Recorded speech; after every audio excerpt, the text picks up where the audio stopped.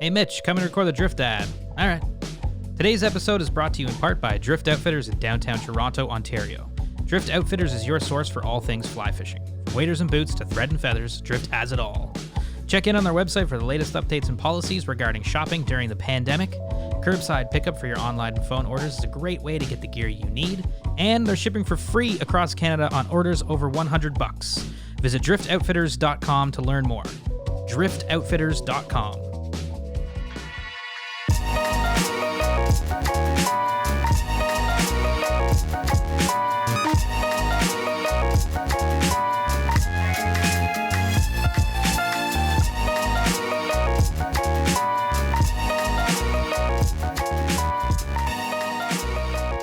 Hello and welcome to another episode of SoFly. It is March 10th. It's the day, actually, the F3T has launched and is live, which is a very fitting thing. You'll see in just a moment. My name is Mitch, and we've got Aldo here. Hey, everybody. We've got Yelma. Hello, everyone.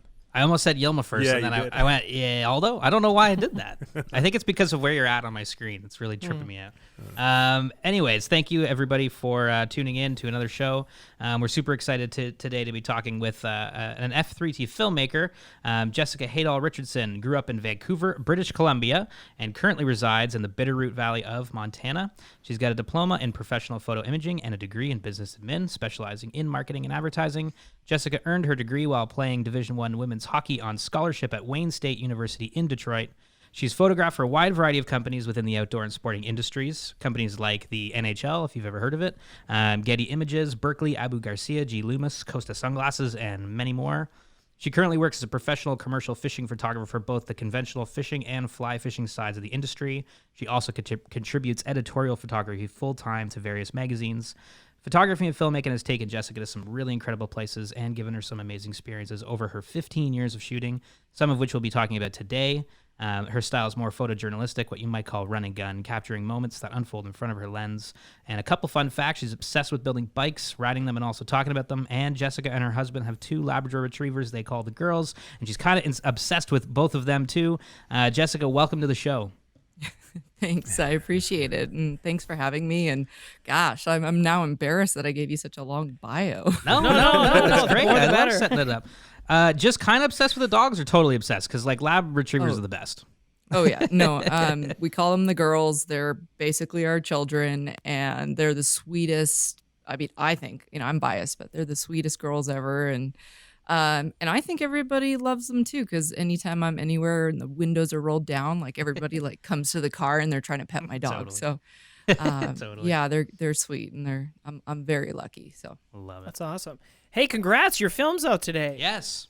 gosh, Yay, it's like how do you feel? It's like nerve wracking, but also, gosh, it's been a long road.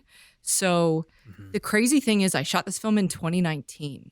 So Right. holding on to content as a photographer or filmmaker or an artist in general is torture. And I just knew that this film would hopefully be seen by just not just like a YouTube and some eyes here and there. So finding a home for it finally is just beyond belief, because the F3T, like I've talked to you guys before, the Big Boys Club. I didn't know if it would make it, because it's a very different kind of film. So anyways, I'm just I was a little nervous, but I didn't stream it at 4 because I'm going to watch it tomorrow night.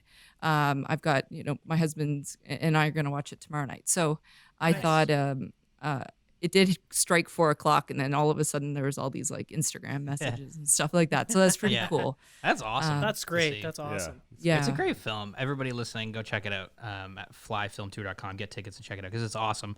And we'll definitely ask you a bunch more questions about that. But first of all, whereabouts are you calling in from today? So I live in Stevensville in the Bitterroot Valley of Montana, and I'm about 35 minutes south of Missoula or so. Amazing. This is like one of the most, I like to say, like, I grew up in one of the most beautiful places in North America, and now I live also in a different place, but one of the most beautiful places in North America for sure. Yeah, another Canadian. Vancouver. It's Vancouver awesome to the be. Bitterroot. Yeah, what brought you to the Bitterroot? I mean, That's quite the move. Yeah, well, I actually never saw myself leaving Vancouver. I am like, if I used to be a tour guide at one point in my life, so like I love Vancouver and I'd love to give people facts about Vancouver and just it's definitely not the city I grew up in now. When I go back, I'm like, oh my gosh, there's so many people here, but it's also I live in like a super rural place. But actually back in 2011, I was shooting down in South America. I was photographing marlin fishing. And nice. I met my a boyfriend at the time, who's now my husband, and he happened to live in Montana. And so in 2015, we eventually got married, and then I had to go through the whole immigration process and that fun thing. And sounds like a blast. It's still going. Like that's the thing is everybody thinks it's done right away, but no, I'm not a citizen yet, so it's a very long process. But I've been living here since 2015, and he's not from Montana. He's from Texas, actually. I'm married to a Texan. Nice. And there was no option. He was not going to go to Vancouver. He's like, there's too many people there. And like America. So he wasn't going to leave. And so I was like, well, I'll come. Basically, I was coming here. He owned a house and it didn't make sense because, again, like you go to Vancouver, you like barely can afford to live or buy a property or. Insane. It's just. Same.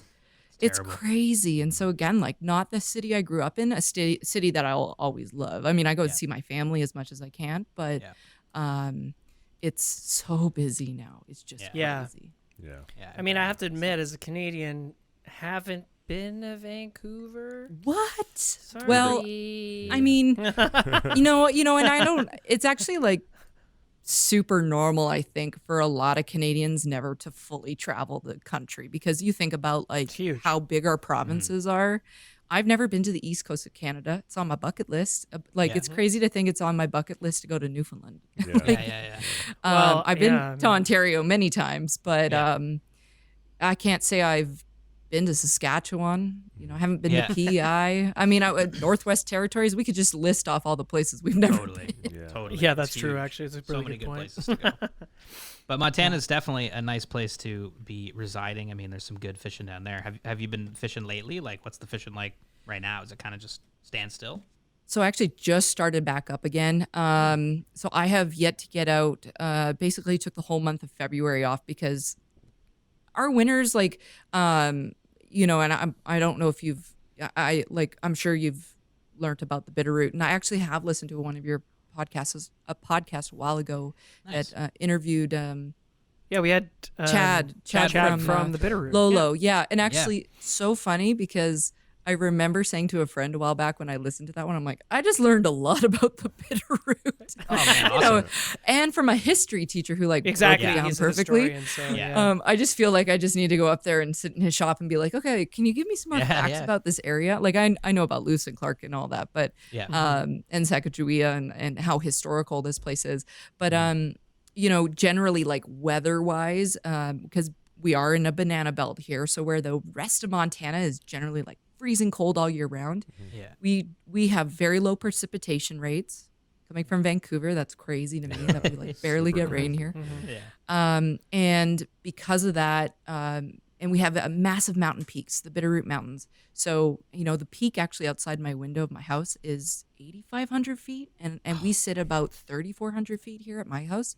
Wow. And then the biggest peak in the Bitterroot is, gosh, don't quote me on this, but I think like 14,000 feet. I think it's Trapper Peak.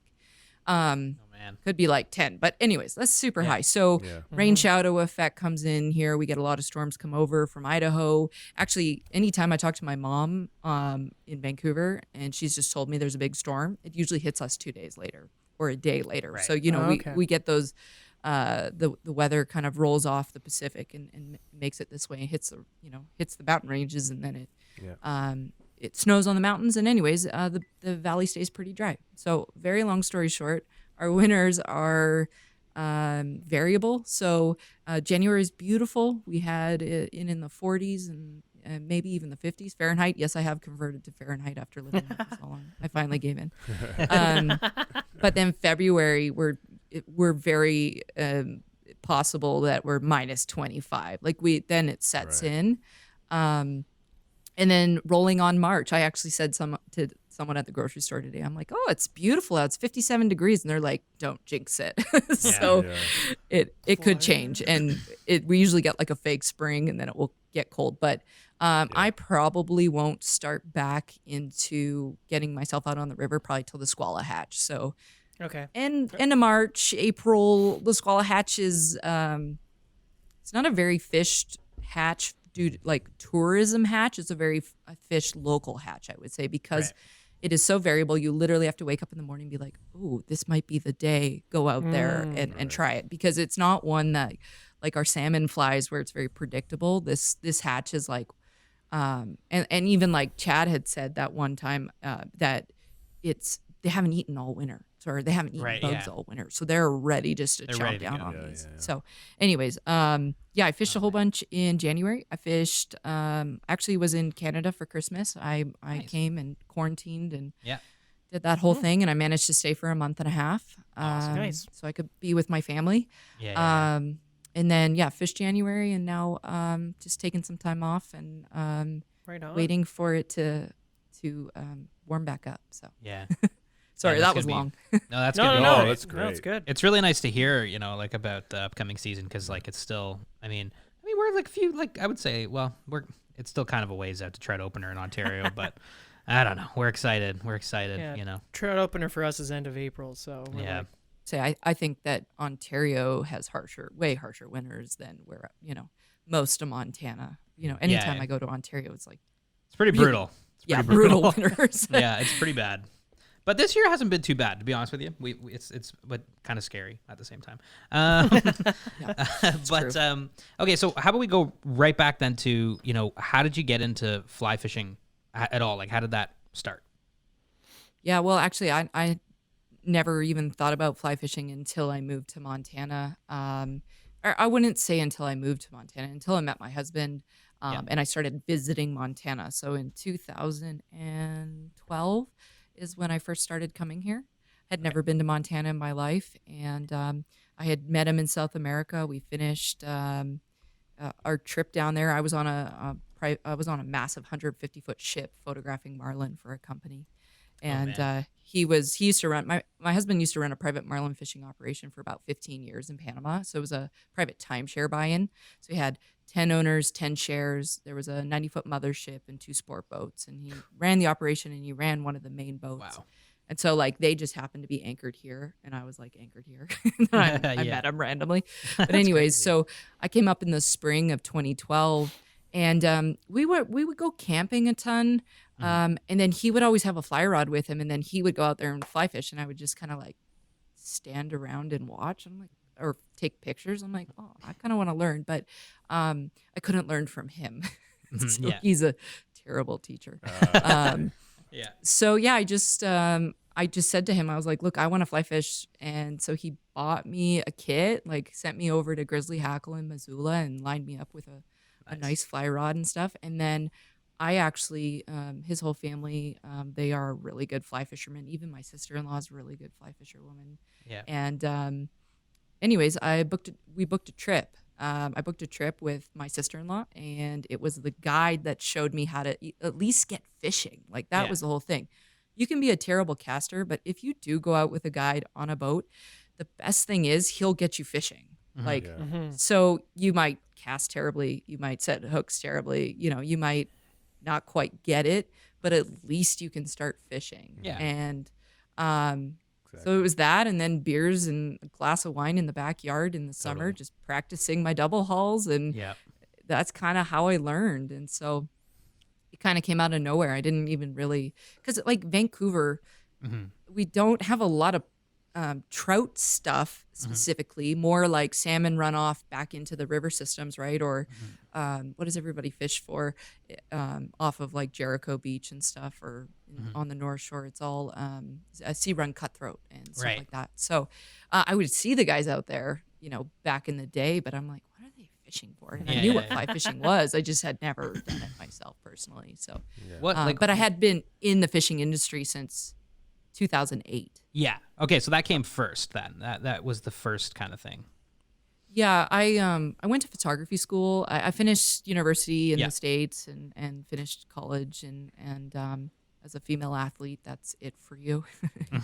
You know, you're not going to the NHL. Yeah, I know. It's unfortunate. So yeah, I mean, it is what it is. And I got my education. I came back. I went into photography school, and I actually got a practicum with the Vancouver Canucks head photographer. Oh, nice. Awesome. cool. And yeah, it was incredible. It was a dream job. That's what I thought I actually was going to shoot, was all sports, action, and photojournalism.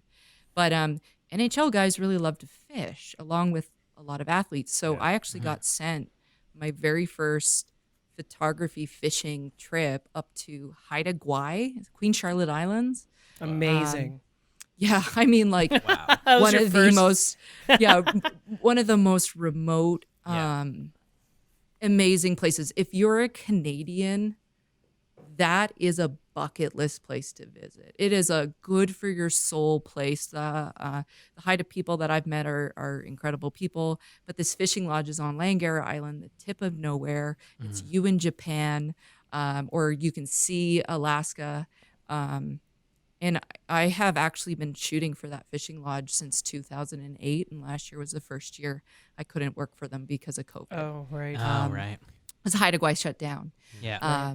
And so it's called West Coast Fishing Club is the lodge I have worked for since then. And so I grew up in Vancouver, grew up on boats. I used to run a whale watching boat. Have my captain's license, and worked at a marina and rental boats. So anyways, I got myself up there and photographed salmon fishing and bald eagles and killer whales, humpbacks. I mean, like bucket list So place. cool. Please go and beautiful visit Haida.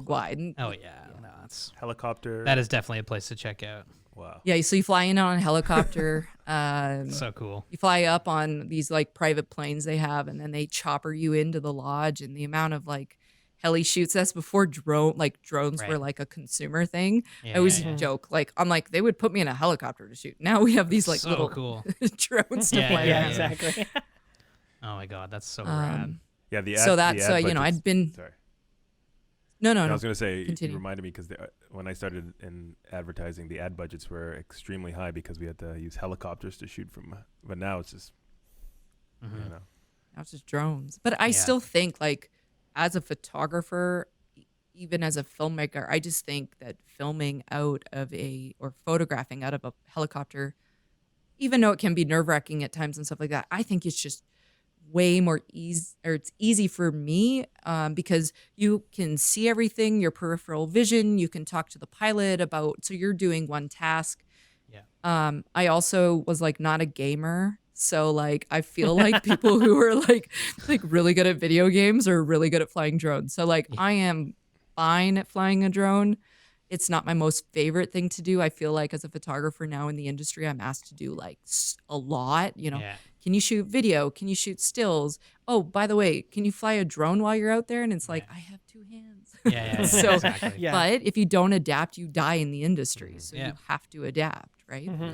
Yeah. Absolutely. Yeah, for sure. It's cool that your photography kind of came before your entry into fly fishing. Like, so you kind of already had I was going to ask, like, what did you like about fly fishing? But it's almost like, what did you like about photographing people fishing? Because I feel like there's probably a lot of crossover. Yeah, I mean, I think when I think about it, I love to fish, and I've really kind of found the type of fishing I like, which is definitely fly fishing is kind of my thing. When I photograph, I actually photograph probably around like 85 to 90% of my work is all in the conventional tackle side of the industry. Yeah. Okay. And photographing for fly fishing specific brands is definitely newer for me. Yeah. And I think a lot of it is because a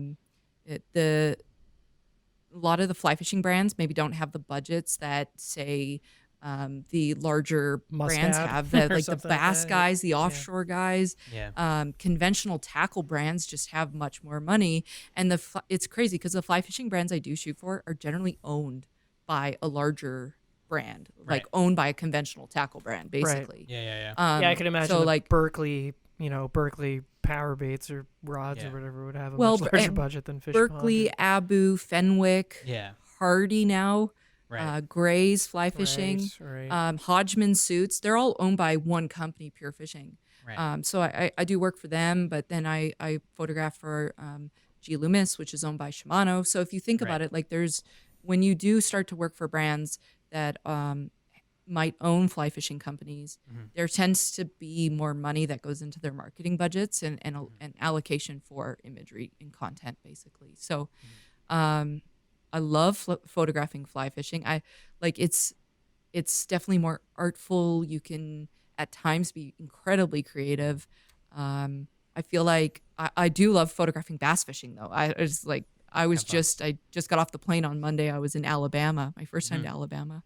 I had to laugh. My husband's like, "Oh, how do you like Alabama?" I'm like, "Well, there's two guys. I passed a Cracker Barrel, and I'm like, this is like the start of a good story, but it's just like there's no story behind it." But I was driving past the Cracker Barrel, and there's like two guys handcuffed on the front of the hood of a police car. I'm like, I wish I had been there. Like this is like the best. So, anyways, next week I go to Georgia to photograph bass fishing as well. So, so fly fishing is just, I don't know, quiet, pristine, but each part in the industry has its own special kind of thing. I love offshore fishing too. I love like backing down hard on a marlin with like waves coming over the top of the boat and spray and action oriented, you know, or and it's different. And I like the fact that I get to shoot a lot of diverse things because then it's not stagnant. I'm not just shooting one thing all the time. I get to photograph across the board, and I'm grateful for that at least. So I'll just keep rolling with it while I have the opportunity. And but what's a day like? Definitely like what's a day like in the marlin, like for photographing? Yeah. For marlin? Well, you know, in the shoot that I just did, it was 4 a.m. wake ups in a row. They were long days. But yeah, marlin is a lot of boat running. You know, I spent 5 years photographing stock stuff with my husband in Panama. Once we met and we started dating, I legally couldn't work in the United States. So I would work in Canada and then I'd fly to Panama and I'd live on the ship with him and we would go out. So I really got projected forward because of the contacts of him. And I'm not going to say like I owe everything to him because I feel like I was established and like working hard before him. Yeah. I really do feel like I owe everything to the Canucks photographer for taking the chance to send me north. Right. And it was a Canadian company. It's West Coast Fishing Club opened a lodge down in Panama. And that's how they sent me south. They're like, okay, so you can just photograph marlin, right? I'm like, sure, never seen one. Should be good. And that was originally in 2011. Is when I headed down there for the other company. So anyways, it's just a day in the life. You wake up early, you get on to, so we fished off of kind of larger boats, 48-foot sport boat basically is what I was on with, you know, big outriggers and stuff and tuna tower and stuff. And so sometimes we'd run 40 miles, sometimes we'd run 15 miles.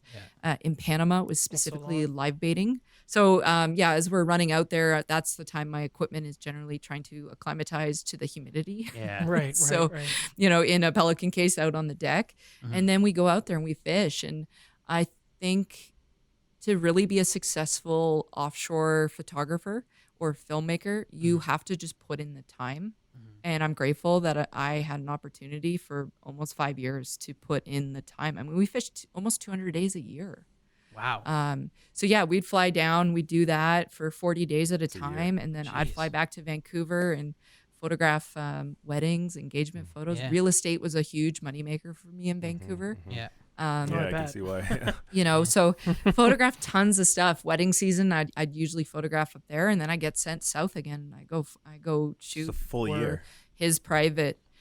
So it was nonstop, and Panama was seasonal, so it was like December, January. Then the water gets cold and it shuts down, and then June was like kind of the next one, May, June, and then August, September. So it was like chunks at a time. So we go down for 40 days at a time, fish, we take the boats from Panama City and head out and fish. And we are fishing close to a lodge called Tropic Star Lodge. And actually a lot of people go down there to fly fish for marlin too, because you can do a lot of bait and switch. Oh, cool. Yeah. So on the boats, actually I just saw, I think, I don't know, maybe she was in Costa Rica. I think Meredith McCord was I just saw down there. that. Yeah, with Tropic Star, because like they can pull in an outrigger on one side and then bait and switch, and it's a lot of live baiting for black marlin there. So you bring them up to the surface, you pull the teaser in, and you get the angler to pitch the fly back, and it's pretty exciting to see that. So we had some must anglers be that would wild. fish with us that were fly fishermen. It's crazy. Yeah, so it was pretty cool. It was pretty. It's just, I think I almost get more out of photographing people fishing this kind of stuff than I have caught one marlin before, and it was cool and it was fun, and we released it, and that's great.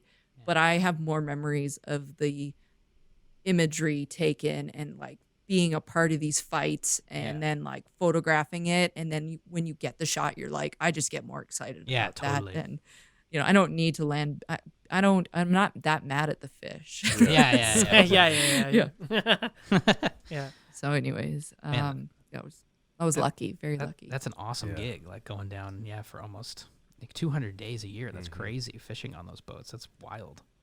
Yeah, and at the time, like I didn't really realize the commercial side of the sports fishing industry, and it really wasn't. And so I was contributing editorially because I could like legally do that, but I couldn't legally work here. So when I would come here to Montana, I would just visit with my husband, boyfriend at the time, and I'd fly back and forth.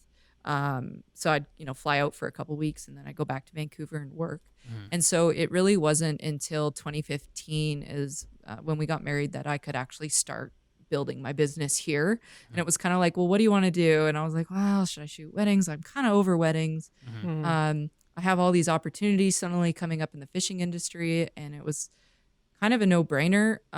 But it just does take a little while. I was getting published a lot in magazines, but unless you're a photographer, I don't know. Like, you guys tell me, when you pick up a magazine, if you like a photo, do you search for the photographer's name?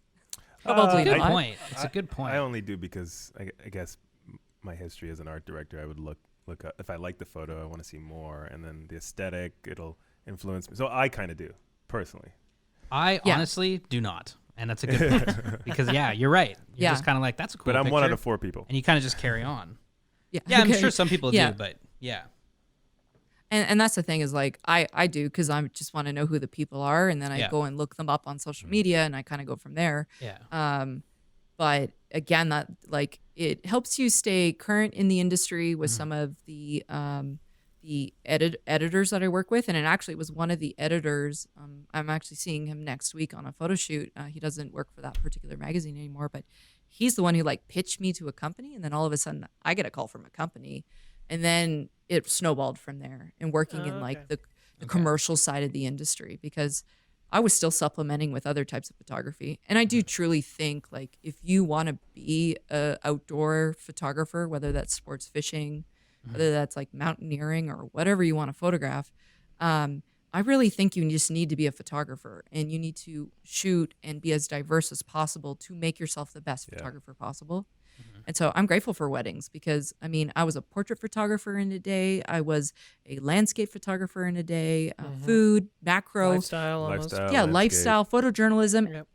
And you have to do it all in a split second and not mess up. Yeah. So why wouldn't you go and do something like that to get better? And so I think it was just like the right timing and the right opportunity started to turn my way. And then it's been rolling ever since. And I'm so grateful for it. It's been fun.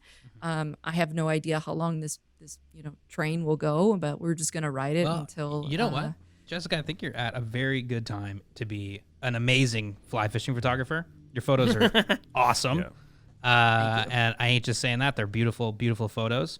And Instagram and like the world of fly fishing photography is just, it's huge. And I think, and we'll talk about this because I'd love to know what you think, but I think in good and bad ways, but I think in the good ways, people are like, who took that photo? They want to know who's behind the lens, because it's like, it's like an artistry type of thing, right? It's like, who are these people taking these wild photos? Cause they want to see more of them. And so I can't see how it's going to get worse. Yeah, content is the beast that needs to be fed, right? It's just like you can never have enough. More and more people you literally are can never have enough. Yeah. Yeah. I would definitely say my career took off with social media as well. I'm not Insta famous.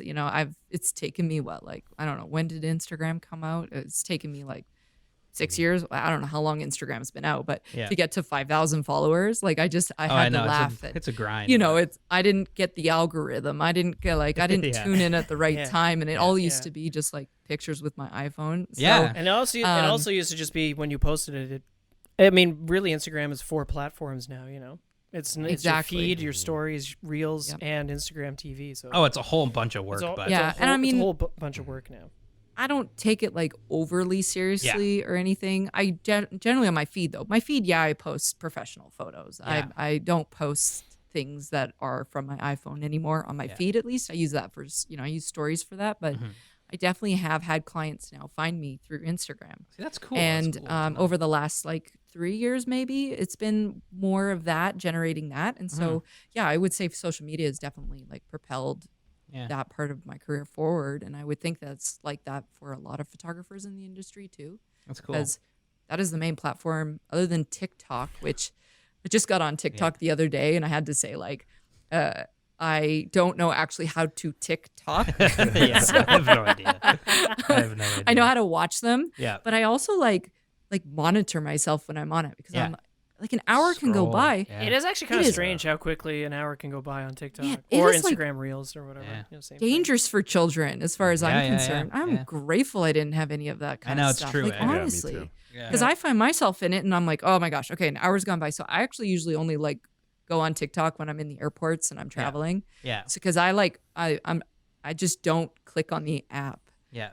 Because I got things to do. I'm Totally. an adult. I got things to do. I'm saying, you know, that was my experience with it. I All of a sudden, you're downloaded starting it, to dance. You're doing those dances. doing Yeah. the TikTok Wait, dances. what am I doing?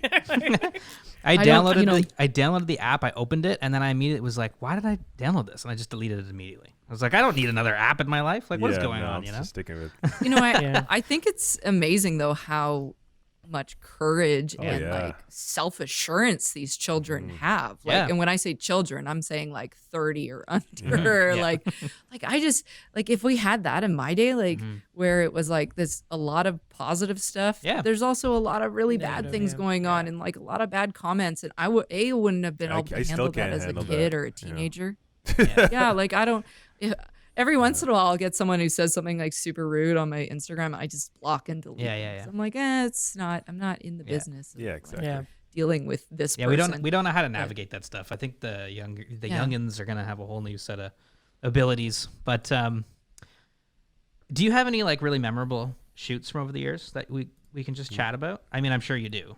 Yeah. Is there any that just kind of pop into your mind? Well, I like if we take COVID. I actually did a really cool one last year during COVID. So I like COVID hit, 6 months dead, no work, not able to go anywhere, just everything shut off. And here I am. You know, I was contributing to magazines, but I was like, man, like financially, my husband and I were fine. I mean, let's be honest. We don't rely on my just, you know, as a photographer, you know how we make millions of dollars out here. We don't I'm messing, but we don't rely on my salary to keep our lights on. You know, my business runs itself, and that's how we, you know, it's my business, and it's it pays for other things. But so we were fine. And I'm grateful for that, just as like a precursor, because Yeah. a lot of people had a really I know. tough time. Yeah. But in August, I got a call. So I actually went back to Canada in July and August. I Yep. did my quarantine again. So I've been just like a pro at quarantine now in Canada. Yeah. And got to spend time with my family again. I have a 89-year-old father. So for me, it's been kind of a priority to get back and Yeah. take the time to quarantine and do that. Totally. And so, anyways, got a call and they're like, when are you coming back to the US? And I said, oh, you know, at the end of August. They're like, you want to go to Alaska? And I'm like, yeah, you know, Yeah. I love Alaska. Like it's one of the coolest places to photograph. Yeah. And so I did a 4-day float, 5-day float. I can't remember how many. It was like all the days ran into one. And it was from Chalatenna Lake all the way down to Anchorage area. man. Like we didn't quite go all the way out. But it was for Gray's fly fishing. Okay. And basically it was just an experience where the product was there, and I was shooting for Outdoor Life magazine and for Gray's Fly Fishing. But unfortunately, Outdoor Life magazine they got sold, and currently they're not sure if they'll publish again. So like that's awful. I think they might do a digital version, maybe. I'm hoping, but like an iconic magazine like them and Field and Stream basically being tossed in a year, it's awful, absolutely awful. And so we get there. It's me and a writer, a female writer from Wyoming. We fly in and we meet up with the crew, and it's a bunch of us just like hooligans on rafts that are at least 35 years old. Oh man. They forgot bear spray. Okay. Good first I had a step. sat phone. I had a sat phone with me because my husband's like, "You're taking the sat phone." Yeah. So I had a sat phone. The handheld GPS got left at the lodge accidentally. Okay. But the guy was a pilot, so he had flown over the river many times, but we weren't sure of blockages, water levels, and it was a class 4 rapid river. And we were fly fishing for grayling and I think it was chum that was coming up. It was a big salmon run that comes back up. And so photographically, it was just stunning. I mean, we had grizzly bears, a mama grizzly bear out in the water running, and like we're just floating by and we're trying to be as quiet as possible. And I've got my like massive lens out, and gosh, it was just like I was definitely out of my comfort zone. I was very nervous about whitewater. I don't have any rafting whitewater experience other than being a child in British Columbia, and you go on like a tour. And so I was with a really awesome girl in my boat who is a whitewater kayaker who's gone off like an 80-foot waterfall in like I think Alabama, she told me. Oh my God. I was like, so now that I've been there, I know that there are hills. Yeah.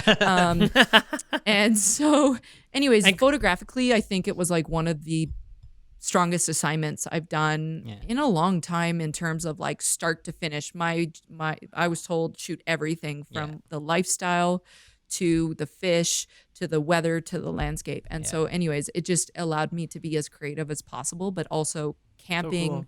no way to offload your images, no way to charge batteries, and dealing with storms, rain, possible bears, and water, and maybe flipping your raft or getting stuck in a rapid. And so I just had cinched that life jacket up, and I just told her, I was like, you have to be very clear instructional with me. Like if we get into a situation that is dicey, you need to like direct me, because I won't know how to help. Right. But luckily somehow we all made it through. Like each rapid we'd go through, we'd like stop and look back and like, oh my God, is the next boat going to make it? And somehow we magically we were safe, and it was pretty intense, and it was pretty cool. Awesome. And so I hope the images make it to the public. I hope that, it's stuff I can't release. And I just think it turned out beautiful. It really did. Yeah. Rainbows, Denali in the background. I mean, so that was probably one of my most memorable fishing trips, at least in the last couple of years, where it's just like, it was a little crazy. It's I like to say that I take mitigated risks. Like I take risks now, but I'm like, I think a lot more about it as a 37-year-old woman. I'm like, okay, but like, what is our safety plan here? But you guys forgot the bear spray. Where that's no, but then they were like, no, You almost we'll got to just think shout. about bears. You almost got to think about bears. Yeah. Oh, do you? He's scared of little baby not black little, bears. and He they're not babies. Panics and screams and runs off. Well, Well, I mean, black bears don't scare me. It's grizzly bears that scare me. exactly. Yeah, and it's mama grizzly bears that scare me. It's not daddy over there. It's mama, and then if you see mama, it's like, where are her children? And if you're between, Montana actually, I think we get like on average 3 to 4 attacks a year on hunters, fishermen, down in the Ennis area, down by the park, Yellowstone. There's maulings. I mean, it's actually crazy. Like there's a couple people that generally do die a year from grizzly bear attacks here. I've first place I ever fished in Montana was Ennis, and I was out by myself, and I came back to the fly shop or whatever. And they're like, "Were you walking waiting?" And I was like, "Yeah." And they're like, "A guy just like died yesterday from a grizzly." I was like, "He's like, you might not want to do that." And I was like, "Oh, okay."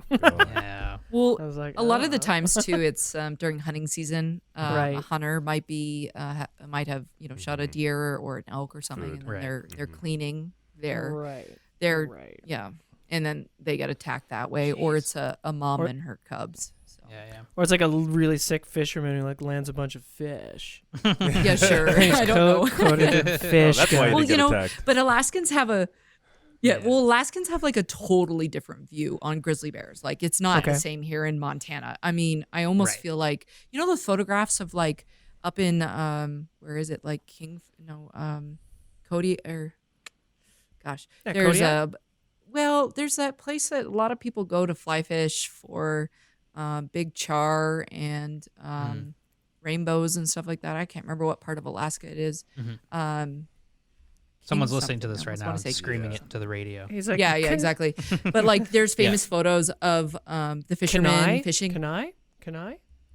I don't know. I think it's King something. Kenai? Oh, whatever. It doesn't matter. know. I mean, it But matters. there's like but, you know, there's like fishermen in the river, and then there's like photos of grizzly bears lining the banks. And Right, the grizzlies are yes. actually all Yes. just interested in the In the salmon f- and the yeah. fish, and they're not as interested in Yeah.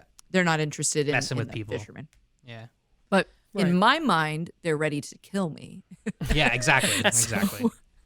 Well, that's a pretty Um, wild first trip out of COVID. I mean, wow, what a welcome back to the world of fly fishing photography. Jeez. Pretty awesome. Yeah, it was amazing.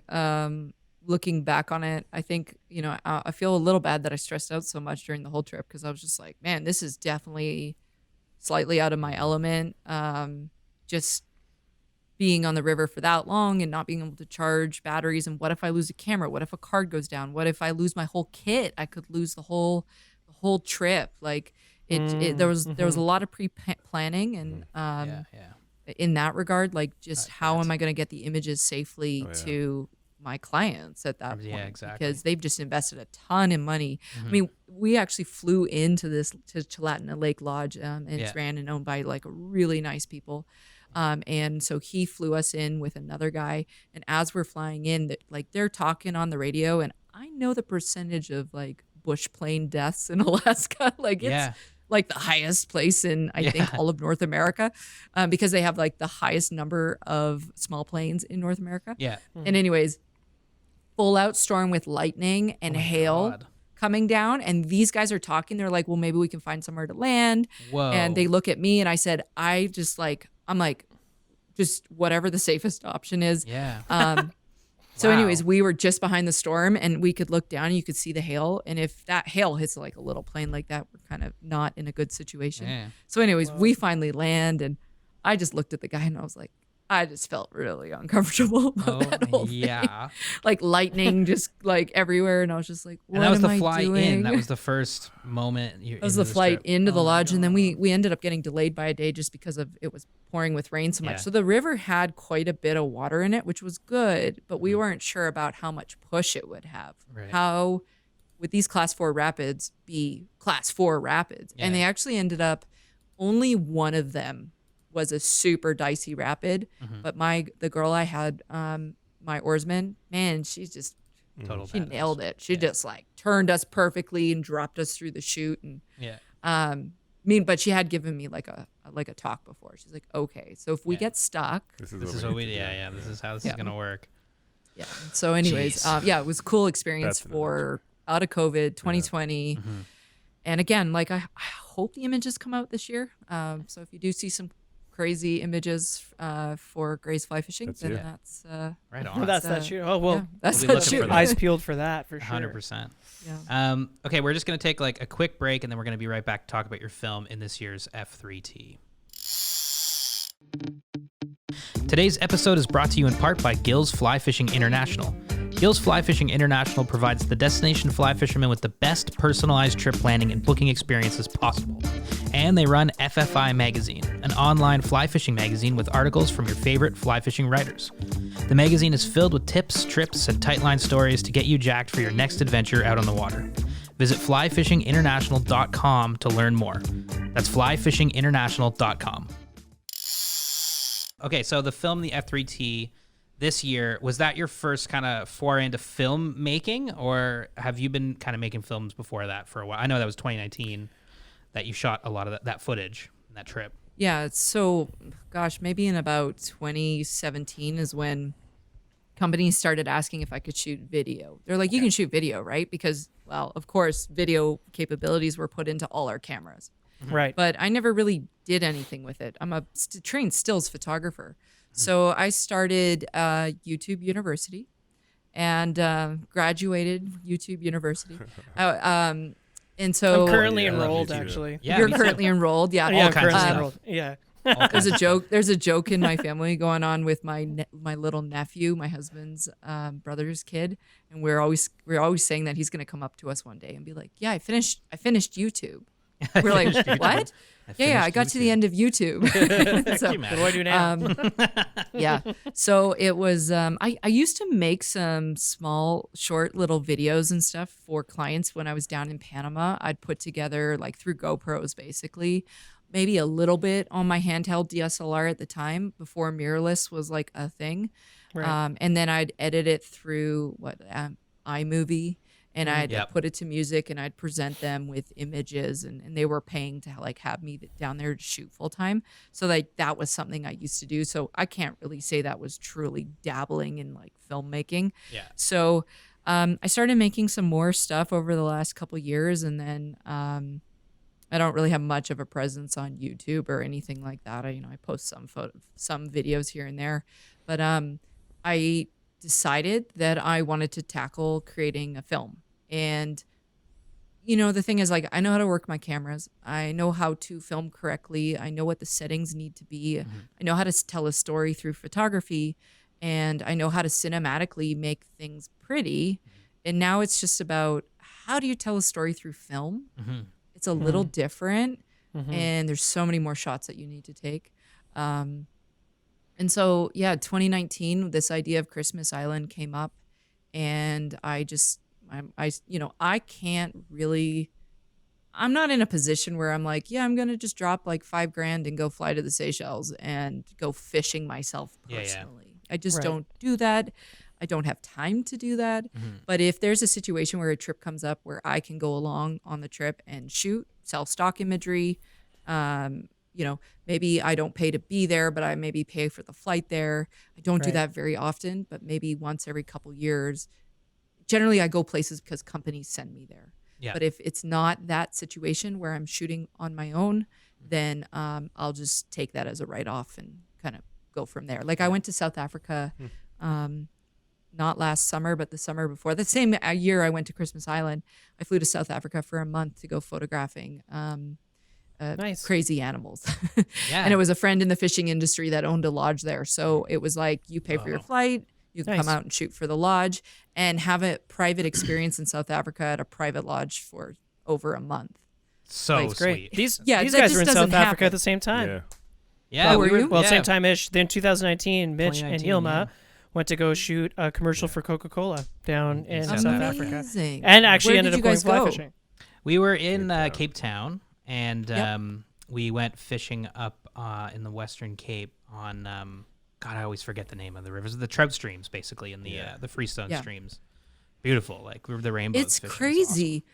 Because So like I crazy. flew into Johannesburg and drove over, and there's this like town before I was getting to the park that I was going to. There's like the town in the middle of nowhere, and there's just like fly shops everywhere. Yeah. And I remember I was with the owner of the lodge, and I'm like, what's happening here? I'm very confused. And he's like, actually, we have a whole bunch of streams here that have trout in them. I was there in the summertime, which is their fall kind of winter, I guess. Yeah. So it was actually quite cold. So no one was fishing at that particular time. Yeah. But I said to him, he wants my husband to come with me on a trip at some point to go back there. He actually runs a sailfish lodge in Guatemala. Oh, nice. Called Guatemala Bill Fishing Adventures. Right Yeah, his on. name's Okay. Brad Phillips. Yeah, his name's Brad Phillips, and he's a South African, and his wife is Guatemalan, and he actually has the most number of sailfish catches in the world. Like, Whoa. I think 23,000. He's kept What? record because he's That's wild. IGFA. Like he's IGFA quite cert, famous in the yeah. fishing world. And so he's like, Wow. you should come photograph for us. And I was like, I'll be there. Yeah. So anyways, It's like a couple but it more is than cool. Yilma. Yeah, exactly.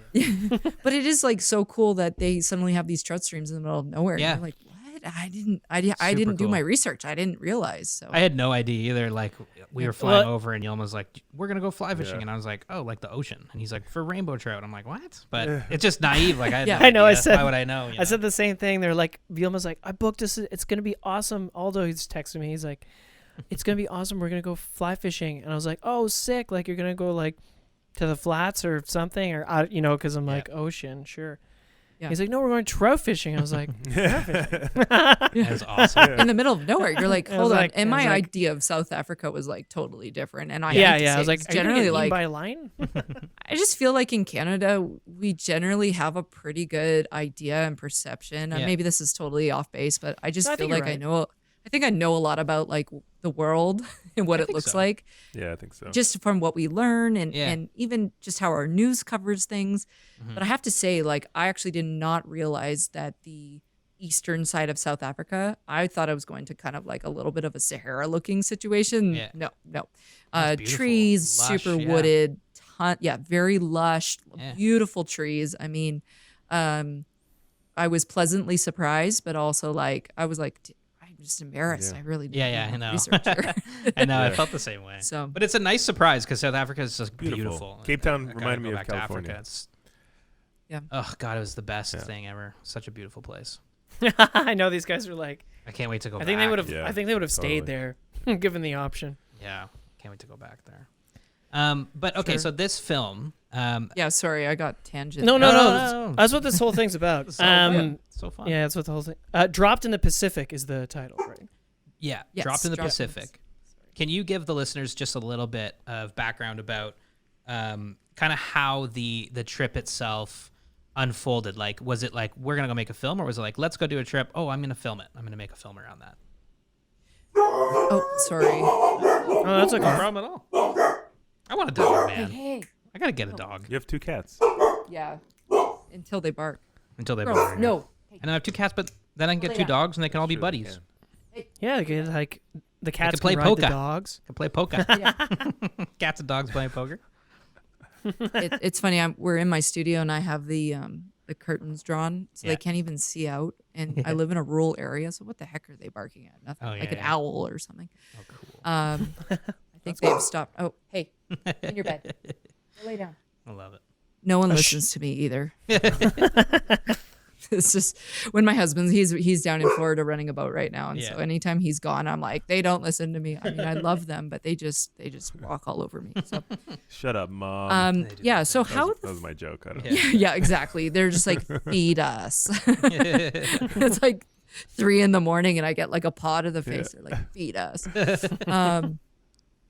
So basically, the winters here in Montana are really long, right? Just in general, like you guys there in Ontario. And so I actually found an awesome group of women here in the Bitterroot that I tie flies with once a week. Awesome. Pre-COVID, obviously, we've tried to do it Zoom and digitally, but it's technology with some of the ladies has been a little difficult. It's at times it's just everybody got busy, so we haven't done it. Once COVID's gone and all my ladies have been vaccinated over there, because a lot of them are in their like 60s and 70s. So once my group gets vaccinated, I'm down to hang with them again. So totally. For their own safety and stuff. So anyways, we meet up and we tie flies, and actually a whole bunch of the ladies in this group are really good fly fishermen, and they've fished all over the world. Like they go on trips with their husbands or with friends. All over the world. Yeah. And so I had never been on like a saltwater trip outside of North America for fly fishing. And so we're sitting there and we're like, we should go somewhere. Let's figure this out. So we ended up, one of the ladies is like, I've always wanted to go to Christmas Island. So she actually, her name's Peg Miskin, and Peg Miskin runs the Bitterroot chapter, it's the fundraiser for Casting for Recovery in Montana, which is incredible organization for women with breast cancer. And fly fishing is like a main healing tool for them. And so Peg, she was 69 at the time, and she always likes to say her age because, our age range from the film is 35 to 69. So awesome. It's pretty incredible for 7 women in this like massive range. And so there was 4 of us from the Bitterroot. if anybody, when you guys do see the film, little Donna Richards smoking her cigar. Oh, I love that Donna's scene. from the Bitterroot.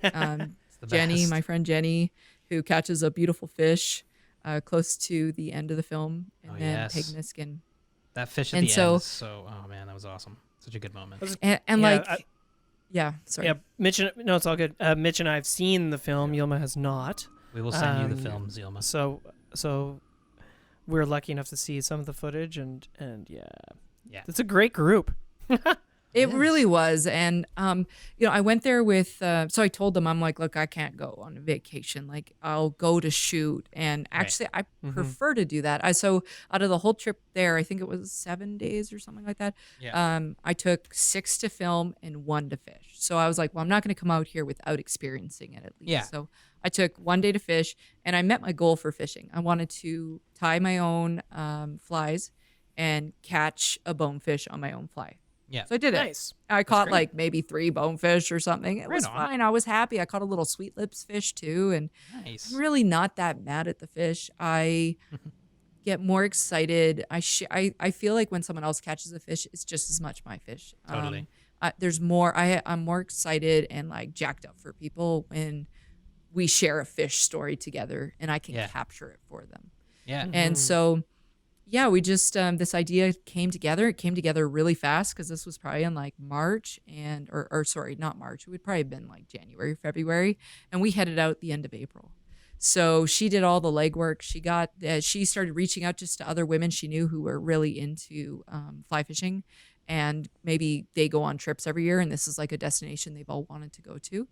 And next thing you know, we're on a plane to Honolulu. And, then from there, I called it dropped in the Pacific because when you get on that plane in Honolulu, you literally fly south into the middle of the ocean and there's like a dot there and you land and you're like, you're just dropped in the middle of the Pacific and the plane comes in once a week and goes out once a week. That's so crazy. So- Yeah, this is a pretty incredible place.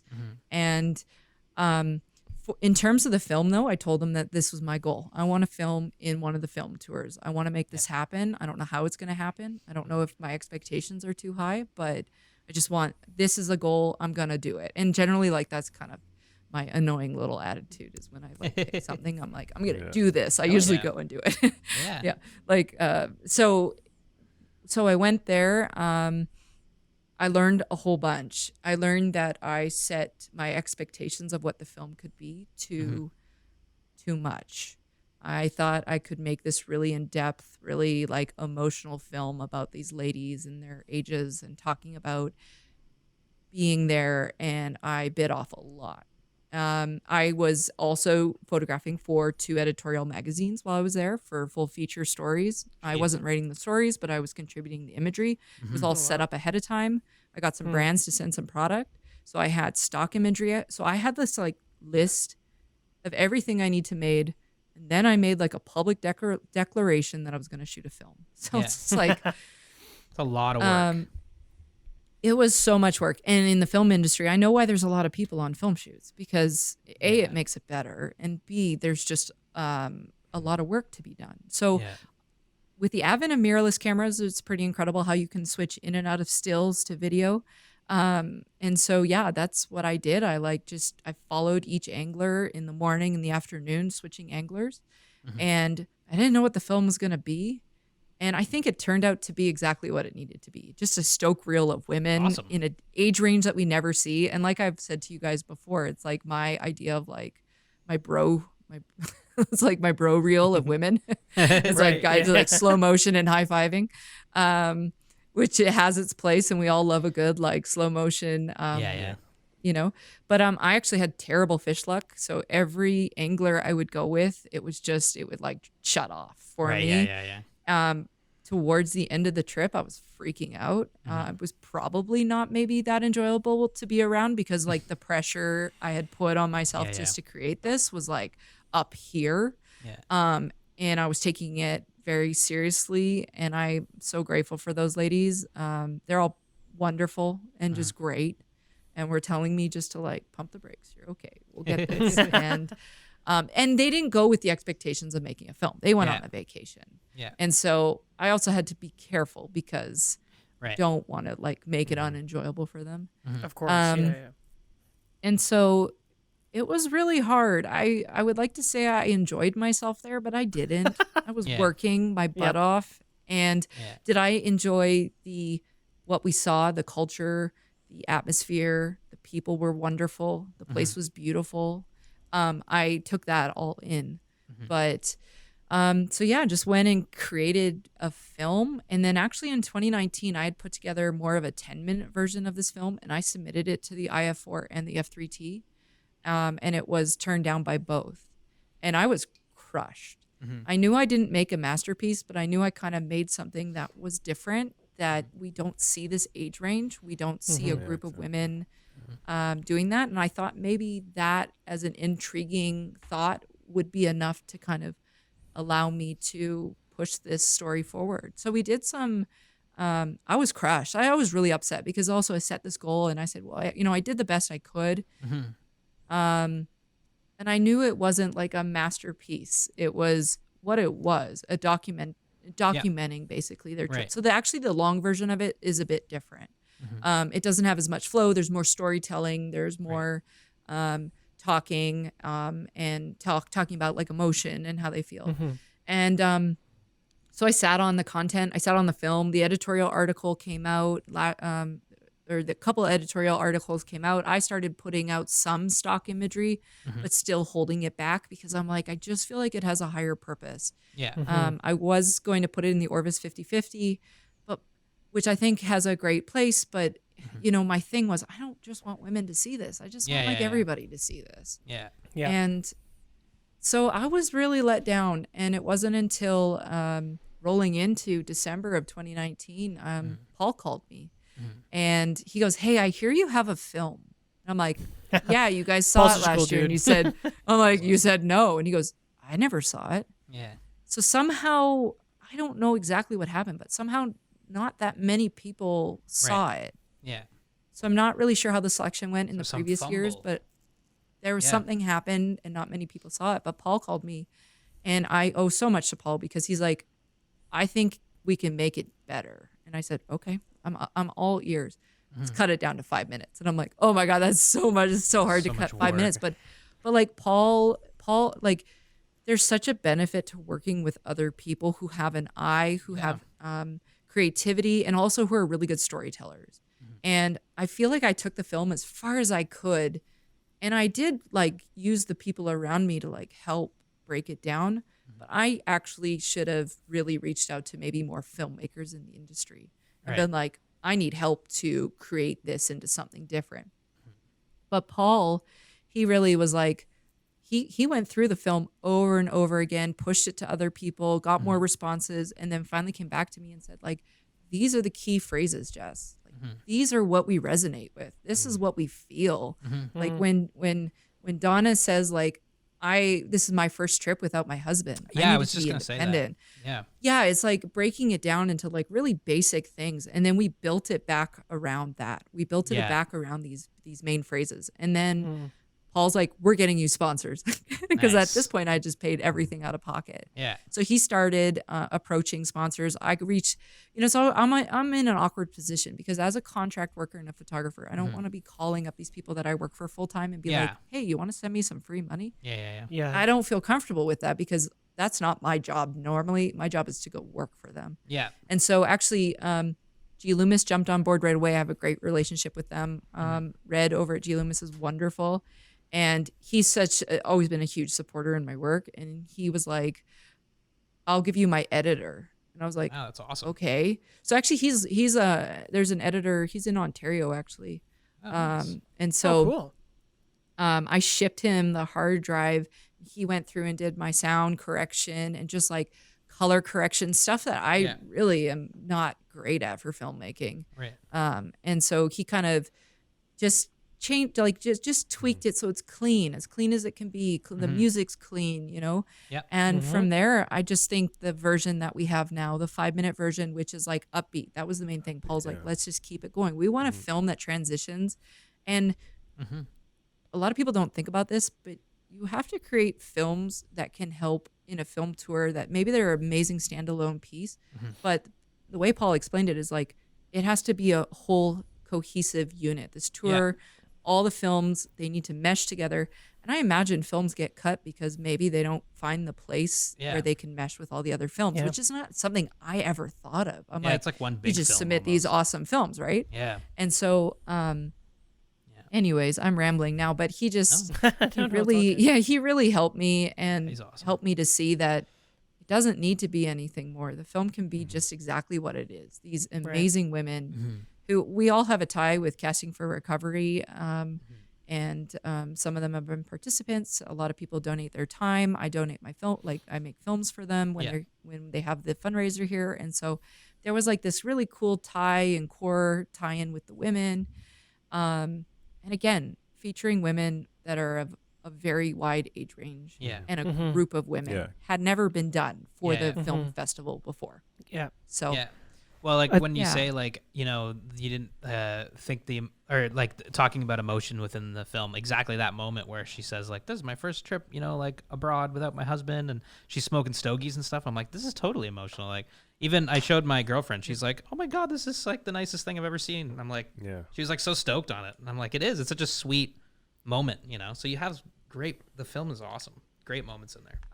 I appreciate it, and it was just it was a lot of work, and like I think also especially people doing don't it by yourself. realize, and then editing. I mean, I know word for word the film. I've stared at it now for 2 years. I'm grateful also that I sat on it. I'm grateful. Like we did a couple public showings, like at the Wilma actually in Missoula. I aired it in front of the Orvis 50/50. So the 10-minute version again, not the 5-minute short version. Yeah. I had not last year, I guess I'm getting my years mixed up. In 2019, I won the amateur film contest with Rio. So I had a short film in the intermission of the IF4. Okay. And so, you know, I kind of had been building up Which to one was try that? to Yeah. create Which something one? maybe Which a one was little it? bit bigger. It was the fishing memory, where it's just like a so embarrassing narration of my first fishing memory, fishing with my dad in Norway in ice fishing. Yeah. Oh, cool. It was in the intermission. They played it in the intermission. So people got up. It was right like as the show was counting back down, they played it. It was 3 minutes. And so I won the contest and got to go and fish actually with the Rio guys in Idaho, which was like awesome. That's cool. Fishing on a 2-weight fiberglass rod in a gin clear creek. Like that was maybe shin deep for massive cutties. That's so Beautiful. Like sounds pretty massive sick. cutthroat. And like I said to the guys, I'm like, really? My 2-weight fiberglass? And they're like, if you don't like, if you're not feeling comfortable and if it gets super windy, like we'll bring a 3-weight as well. And I was like, well, no, like I love my fiberglass 2-weight. Like, anyways, it was just like dry flies, just sipping and eating, and it's awesome. It's so sick. it's a cool experience. So anyways, I just I'm so grateful for everything. It's been a wonderful start to 2021. Yeah. And I'm just happy for people to see it. But I have an overall goal with this.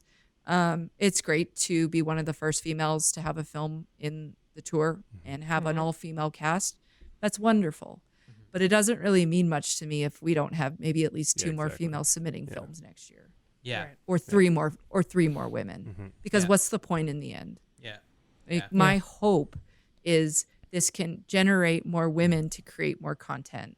And I was chatting with Paul this morning on the phone, and I said, it's never about the fact that it's the tour's fault. It's not the fact that they're not selecting films with women in them. Or sorry, there are films with women in them, but it's not that they're not selecting films that female filmmakers have made. Yeah.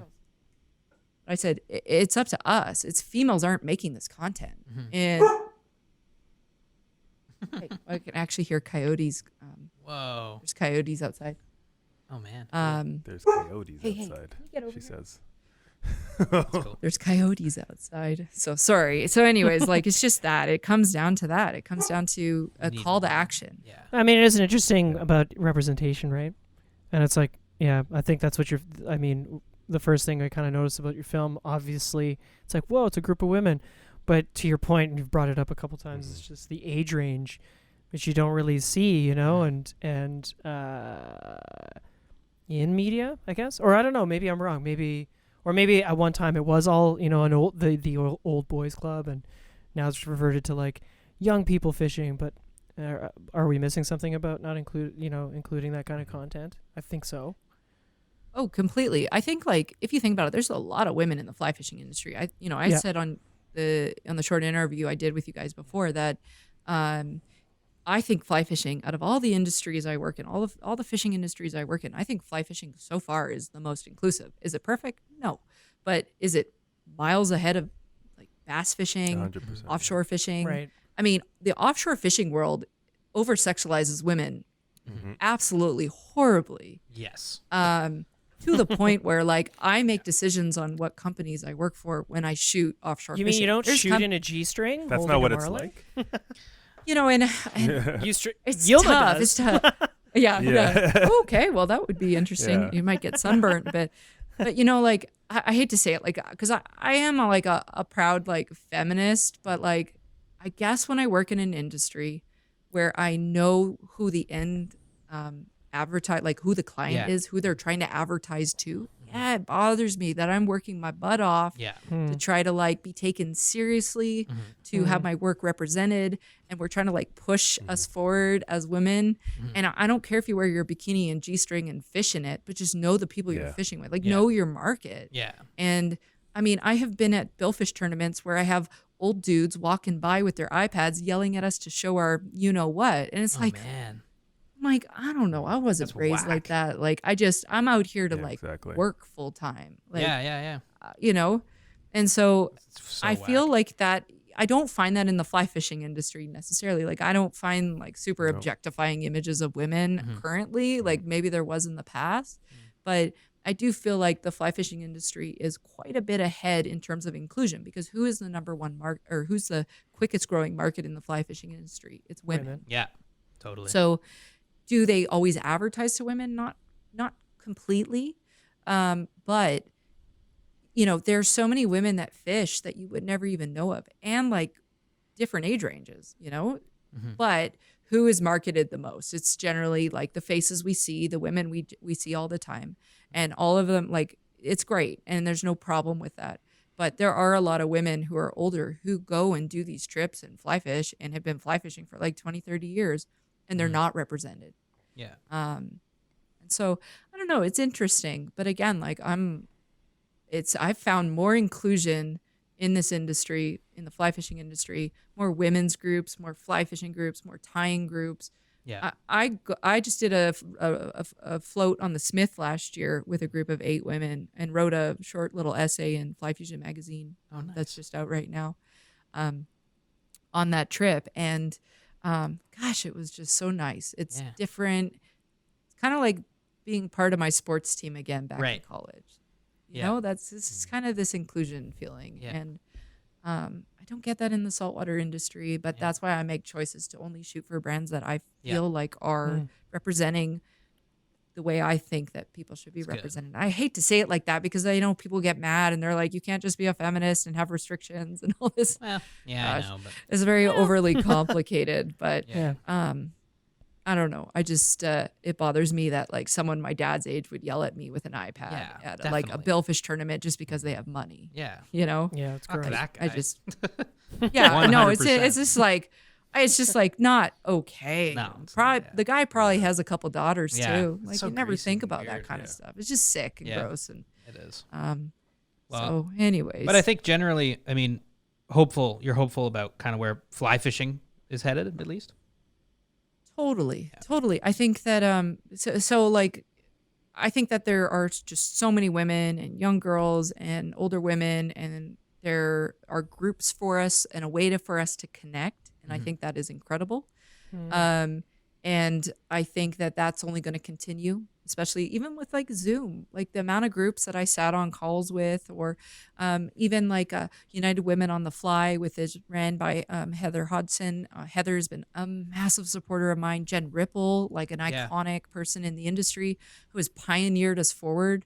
I texted her the other day and I just said like, thank you for everything you've done to help me get to where I am now, because it was on their backs that we stand, and it's only going to happen. So if there's 5 women next year who put films in, or in the next couple years, then I hope they're standing on my back to get to their next step, because the only way we're going to progress forward is if we all come up together and we all move up together. But we can't forget about all the women who have like stuck it out with the boys club, you know, and made these opportunities possible for me to even be here and to feel inclusion in industry like this. But it's not perfect, but I feel like we're moving in the right direction. Like think about like a company like Sims who has probably like 10 different waiter choices for different body sizes now for women. I mean, I got sent the sizing sheet for waiters because I was getting a pair of waiters through a friend for some work I did. And I was like, what? I'm like, what am I? Tall, long, regular? Like, I'm like, but hold on, my foot can be longer. And so just in general, like I again, it's not perfect, but I think we're moving in a really fun direction. And last year at the Denver Fly Show, right before COVID, gosh, I got to meet so many incredible women that you get to network so well and meet all these great ladies. And again, I'm not forgetting about the guys out there. I've had so many men champion my work forward too, and I'm so appreciative. Like Paul, Red over at G Loomis. I really appreciate these guys in the industry who see that there is benefit in helping push more women forward as well. Progress. I love it. We're all just better together, 100%. guys. 100%. 100%. That's when my Canadian comes out all the time. Where I'm like, we can all do this together, guys. Hell yeah, it's so true though, But exactly. We know we're all cut from the same cloth up here. Okay, so we have a segment in the show, Mitchie's Fitchies 5, we always end on, but we already asked you all Mitchie's Fitchies 5 in the other podcast that we did. So I don't even think we have to be honest though. Yeah. Well, I made like a joke about the about what fly I would be. Yeah. And right after I got off the call with you guys, I went in the house and I was like, oh my gosh, did the fly? Because like how so many flies in the industry are like sexual innuendos for women or men. Yeah. And you don't always know. Well, when I said chubby Chernobyl, I freaked out after I got inside. I'm like, I was referring to like me being like chubby as a joke.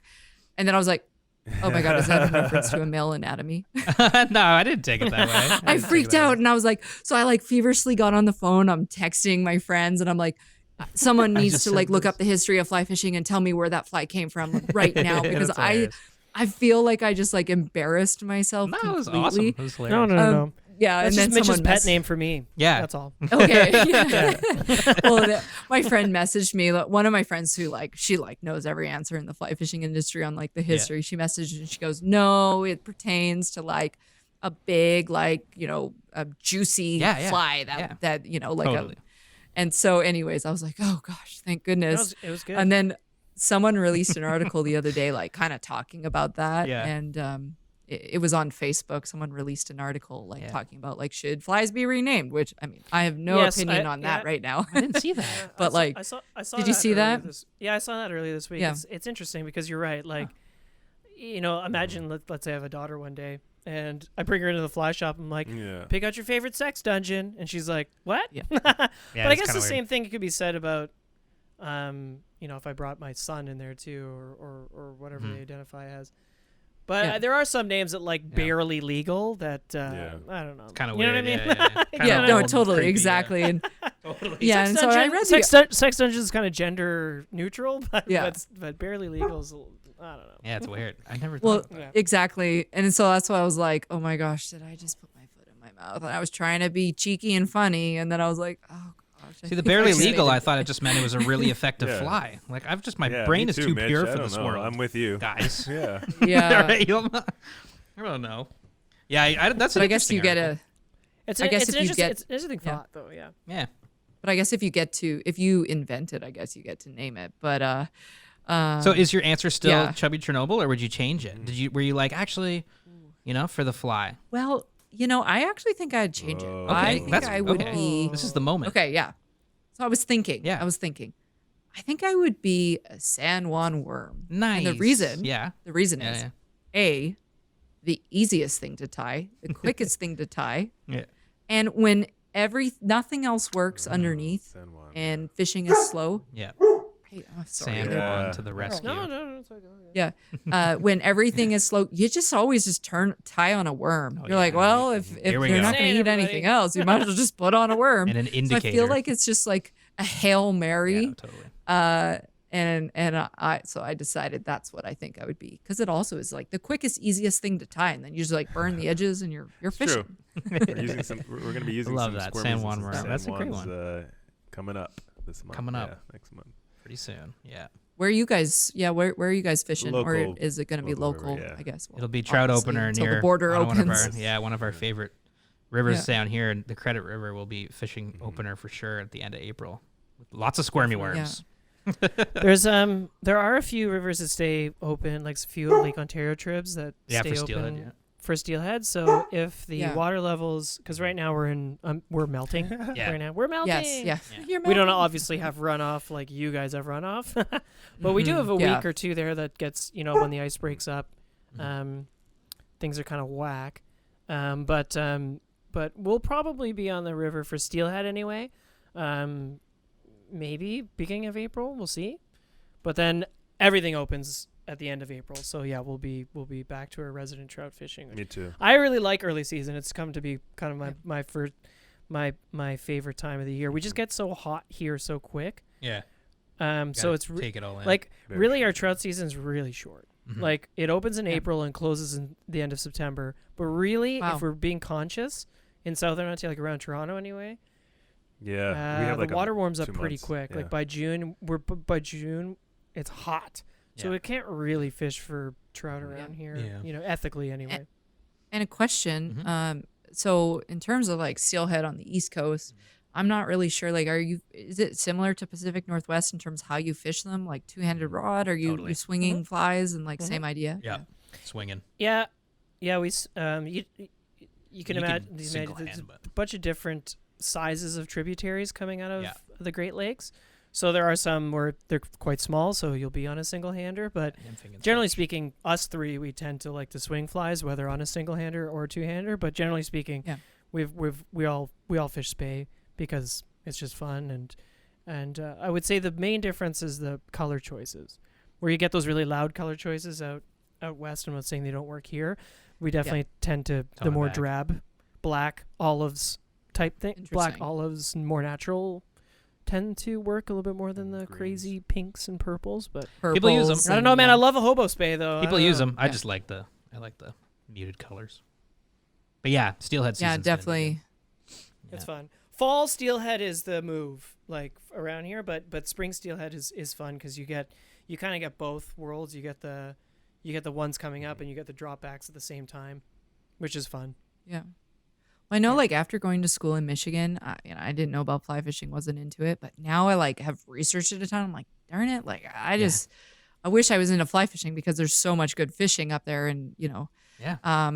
I would love to come up and fish We in should- different parts of Canada too, we like should go on Elk steelheading. River in BC. Let's go I would love to come steelheading. up and do steelheading. Great Lakes. I mean, and I was up there 2 winters ago to shoot for Berkeley and Abu, but Yeah. we went all the way up to Sudbury to shoot Right. ice fishing. Yeah. Yep. Gosh, it was Yeah. Sudbury's it got was some pretty so bad winters. cold. That was That's for probably the sure. coldest shoot I've ever been on.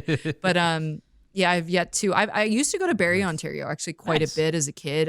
On vacation. A neighbor of mine, his parents owned a cabin there, and they still own it. And I'd a couple summers in a row, I'd fly out to Barrie and Mhm. spend time on this lake, and it was Yeah. awesome childhood experience. Right on. Yeah, that's not far from us We at got all. to do that. We used to catch I think it was just Whitefish? bass, probably. Or Bass, was it yeah. white? It's Would Lake there be Simcoe. Was bass? it Lake Yeah, Simcoe? bass. Yeah, it'd be Oh, yeah. Lake Simcoe, right? Yeah, Lake A lot Simcoe. of Yeah. whitefish. Yeah. Yeah.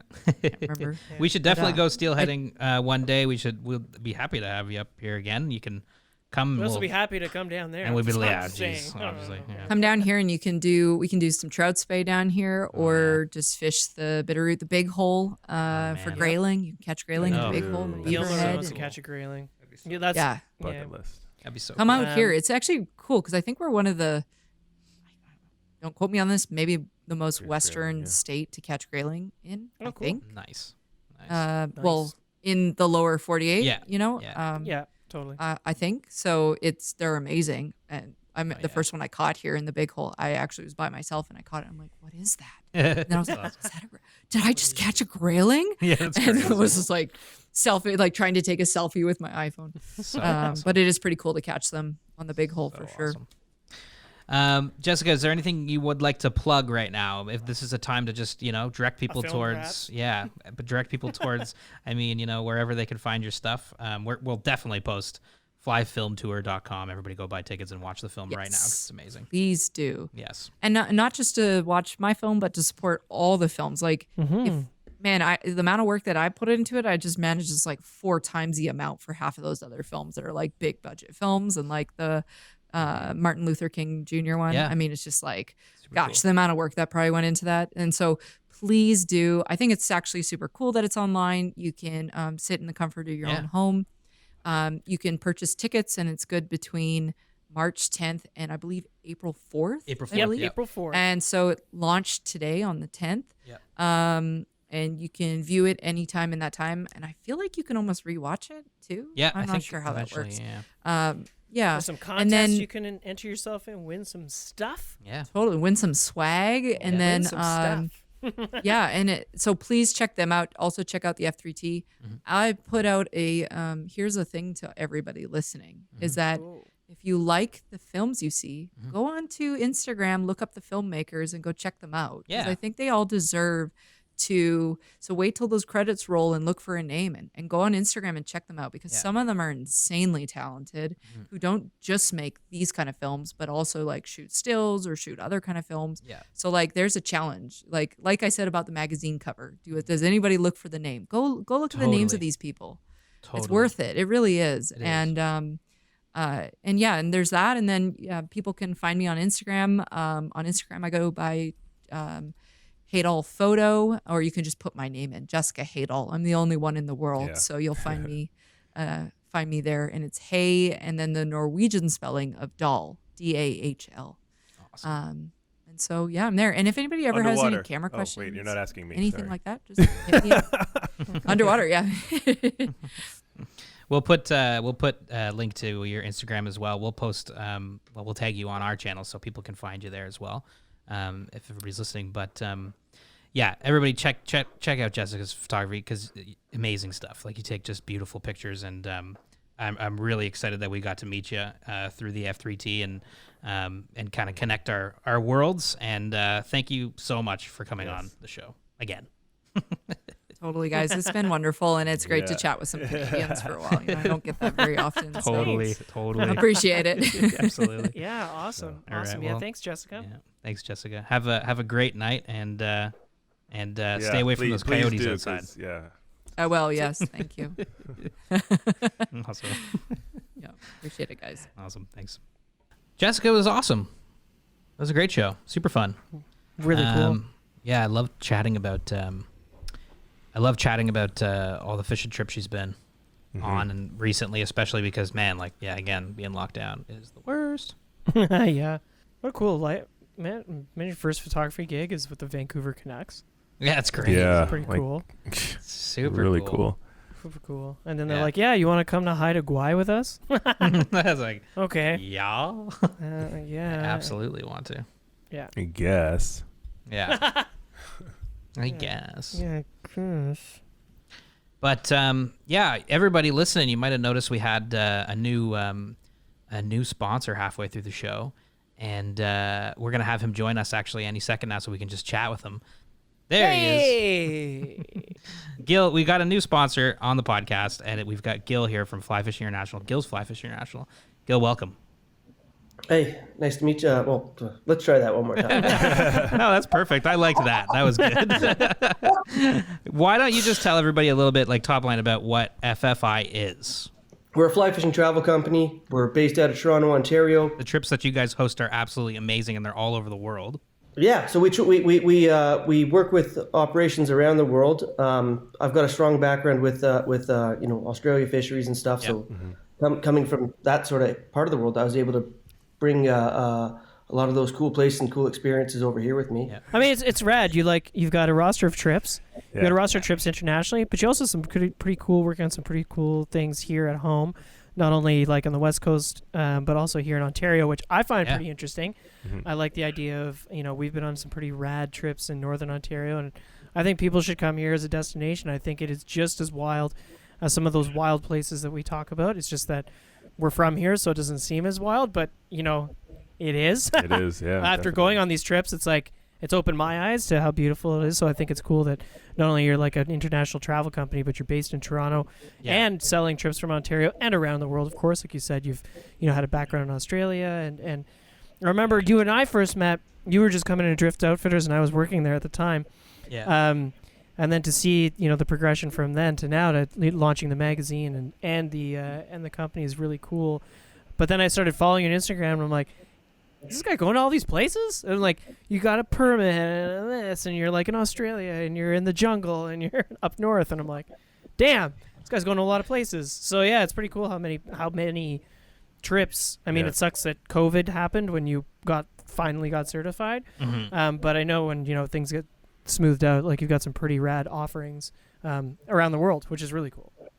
Yeah, we definitely do. You're talking about Ontario trips and how we kind of take it for granted.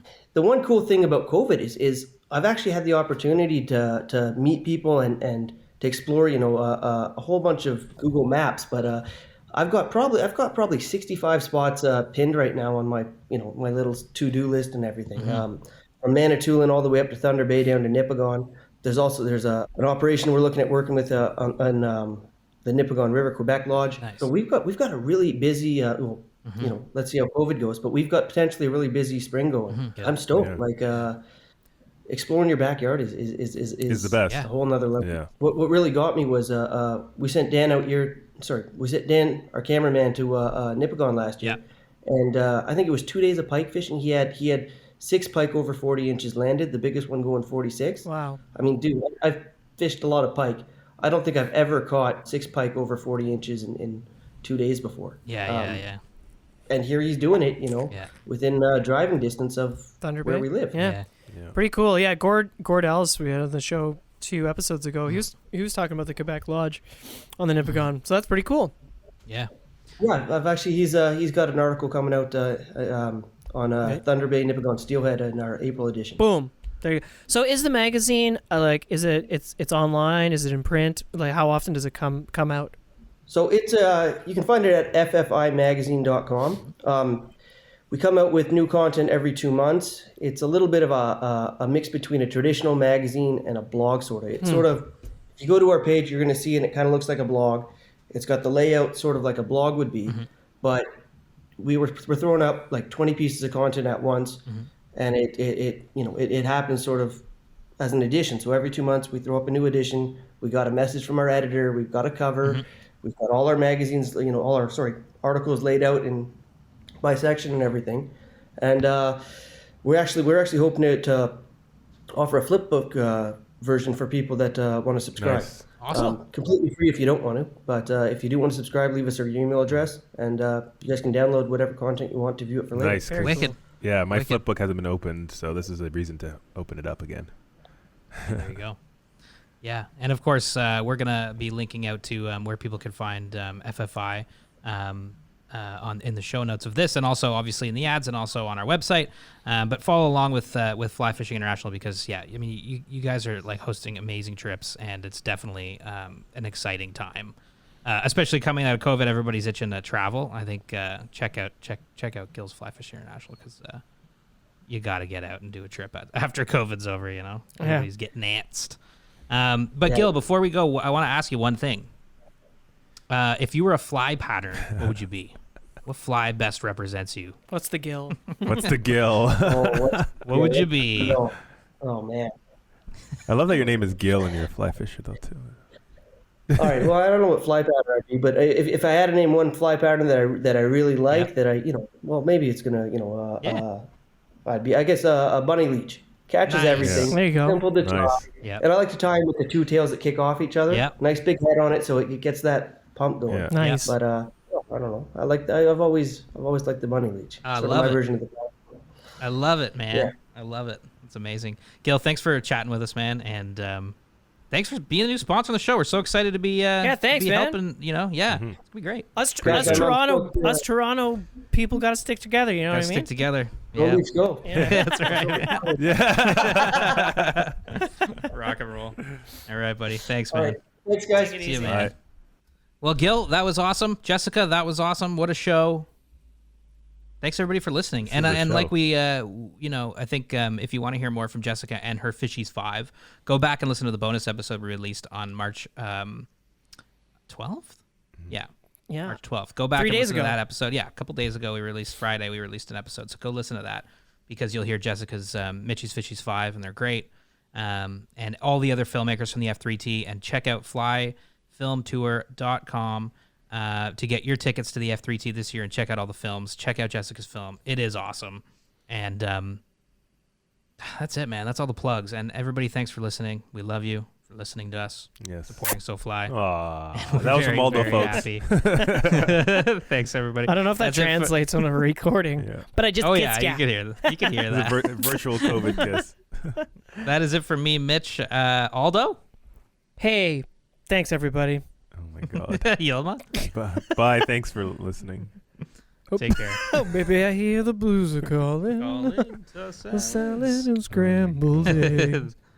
Bye. Mercy. You can find all of our content at sofly.ca. Reach out via email by sending your questions or comments to info@sofly.ca. Find us on Instagram @the SoFly Crew. Thanks for listening.